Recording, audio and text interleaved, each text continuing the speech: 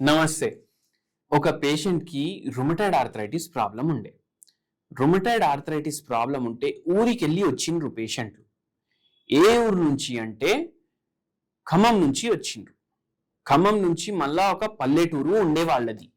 అయితే ఖమ్మంలో ట్రీట్మెంట్ తీసుకున్నారు. దాని తర్వాత విజయవాడలో ట్రీట్మెంట్ తీసుకున్నారు. దాని తర్వాత గుంటూరులో ట్రీట్మెంట్ తీసుకున్నారు. హైదరాబాద్‌లో ట్రీట్మెంట్ తీసుకున్నారు.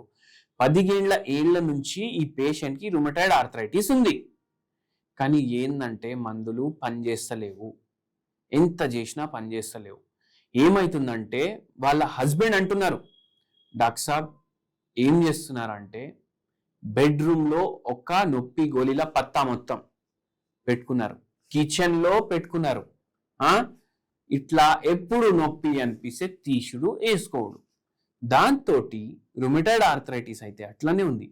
కానీ ఈ పేషెంట్ది క్రియాటినిన్ లెవెల్ ఏమో పెరుగుతుంది.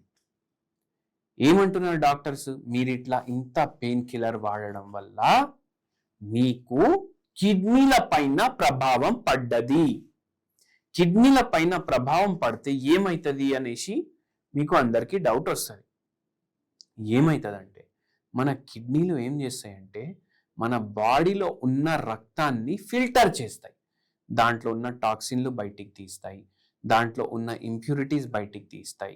దాంట్లో ఉన్న ఎక్సెసివ్ ఎలక్ట్రోలైట్స్ బయటికి తీస్తాయి. అన్ని ఏదైతే వేస్ట్ మెటీరియల్ మీ బాడీలో ఉంది కదా అది మొత్తం బయటికి పోతుంది. ఇప్పుడు మన అందరి ఇంట్లో చెత్తకుండి ఉంటుందా ఉండదా? ఉంటుంది కదా. దాంట్లో ఏం చేస్తాం? చెత్త వేస్తాం. చెత్త వేసినాక ఏమవుతుంది?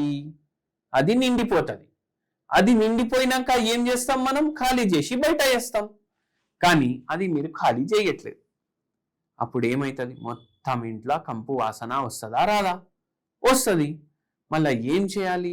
ఆ చెత్త ఏమో బయటికి వేయాలి. కానీ ఆ చెత్త మీరు వేస్తలేరు బయటికి. మీరు ఏం చేసిండ్రు అంటే అది అట్లనే వదిలేసి మీరు టూర్కి వెళ్ళిర్రు 10 రోజుల కోసం. ఇంటికి వచ్చినప్పుడు ఓపెన్ చేస్తే మొత్తం కంపు, పురుగులు, అవి ఇవి అన్ని గలీజ్ అయిపోయింది ఇల్లు. ఇప్పుడు ఉండాలనిపిస్తుందా? ఉండొద్దు అనిపిస్తుంది. అట్లనే మన బాడీలో కూడా చెత్త ఉంటుంది. అది మొత్తం కిడ్నీ సాఫ్ చేస్తుంది.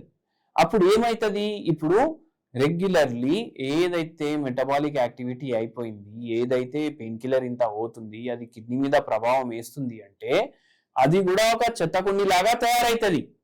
అప్పుడు ఏమవుతుంది? లాంగ్ రన్ లో ఉండాలనిపిస్తుందా? మన ఆత్మకి మన శరీరంలో ఉండాలనిపించదు. ఇంకా బాడీ డ్యామేజ్ అవుతుంది.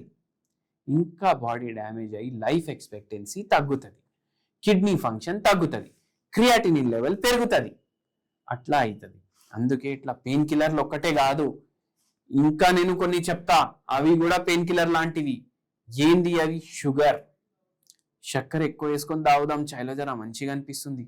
స్వీట్లు ఎక్కువ తిందాం, మంచిగా అనిపిస్తుంది. మనము ఆల్కహాల్ తీసుకుందాం, జర హాయిగా ఉంటుంది. సిగరెట్లు తాగుతాం షో కోసం. అయితే ఇవన్నీ చేసేడు వల్ల కూడా కిడ్నీ డ్యామేజ్లు అవుతాయి. దాంతోపాటు మోకాలు నొప్పులు. ఏమవుతుంది? మనిషి పోతాడు, మోకాలు డ్యామేజ్ అవుతాయి, కిడ్నీ డ్యామేజ్ అవుతుంది, లివర్ డ్యామేజ్ అవుతుంది, హార్ట్ డ్యామేజ్ అవుతుంది, నిద్ర డిస్టర్బ్ అవుతుంది. ఇన్ని ప్రాబ్లంలు అవుతాయి నొప్పి గోళీలతోటి. మనం నొప్పి తగ్గించుకోవాలి అనుకొని ఇవన్నీ చేస్తాం. కానీ ఏమైపోతుంది? ప్రాబ్లం ఇంకా వర్స్ అయ్యి మీ బాడీని డ్యామేజ్ చేస్తుంది. అట్లా చేయకుండా మీరు ఏం చేయండి అంటే హోమియోపతి వైద్యం వాడండి. మళ్ళా దాంతో పాటు ఒక మంచి హోమ్ రెమెడీ చెప్తాను.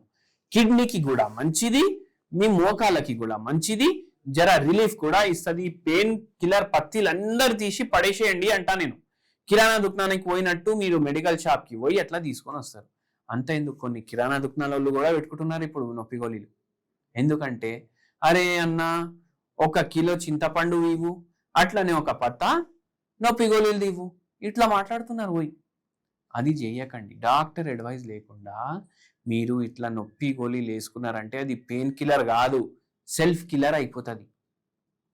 ఏం చేయండి అంటే రోజు గ్రీన్ టీ చేసుకోండి, 2 పూట తాగండి. ఈ గ్రీన్ టీలో మీరు 1 పావు చెంచా సొంటి వేసుకోండి.